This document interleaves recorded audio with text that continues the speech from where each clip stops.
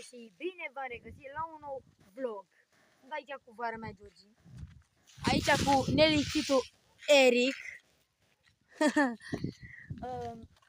Și am văzut că v-a plăcut cel mai mult partea cu cabana. V-a plăcut cel mai mult partea cu cabana și am zis să facem partea a doua. Și am făcut deja aici, am curățat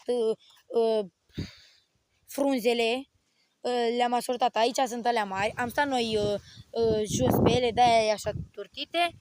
Aici sunt alea mici. Și aici sunt lemnele cu funile și o să facem în partea asta cabana, fix aici.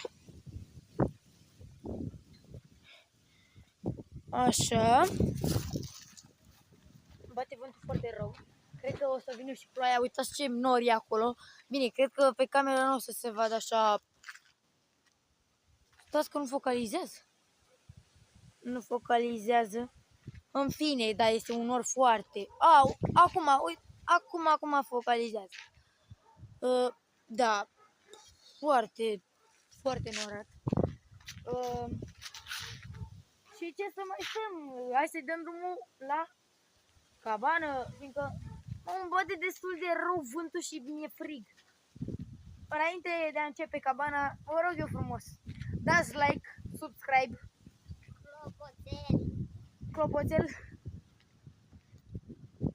să fac și eu 30 de abonați, cât vreți voi, like-uri, vizionări, ce vreți voi.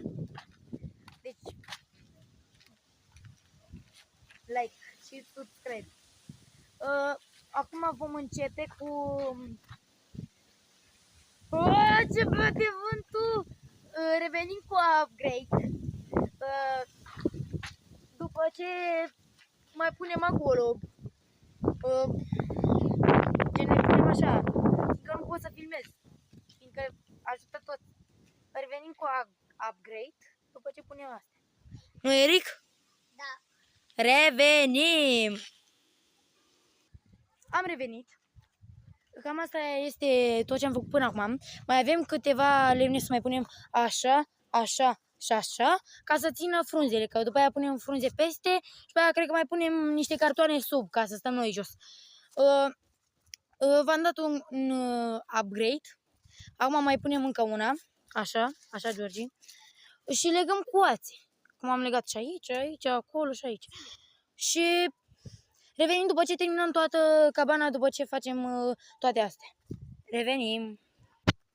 Am revenit.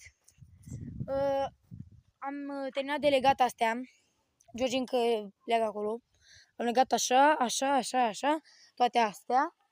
Și acum luăm de-astea așa, crengile astea. Și le punem pe cabană și sub cabană. Revenim după ce le cărăm acolo și o să filmez când o să le băgăm. De fapt, hai Georgi, hai. Lăsați pe Georgi că se crede forțoasă aici, na. Du-te așa că e Georgi forțoasă, uite, cade.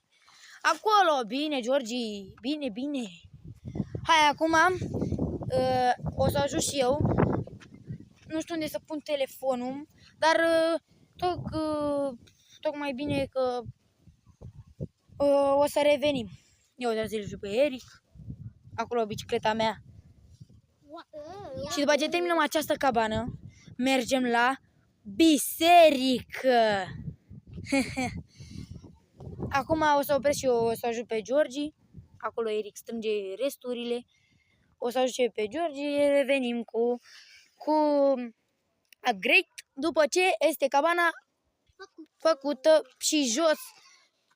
Eric, revenim. Am revenit.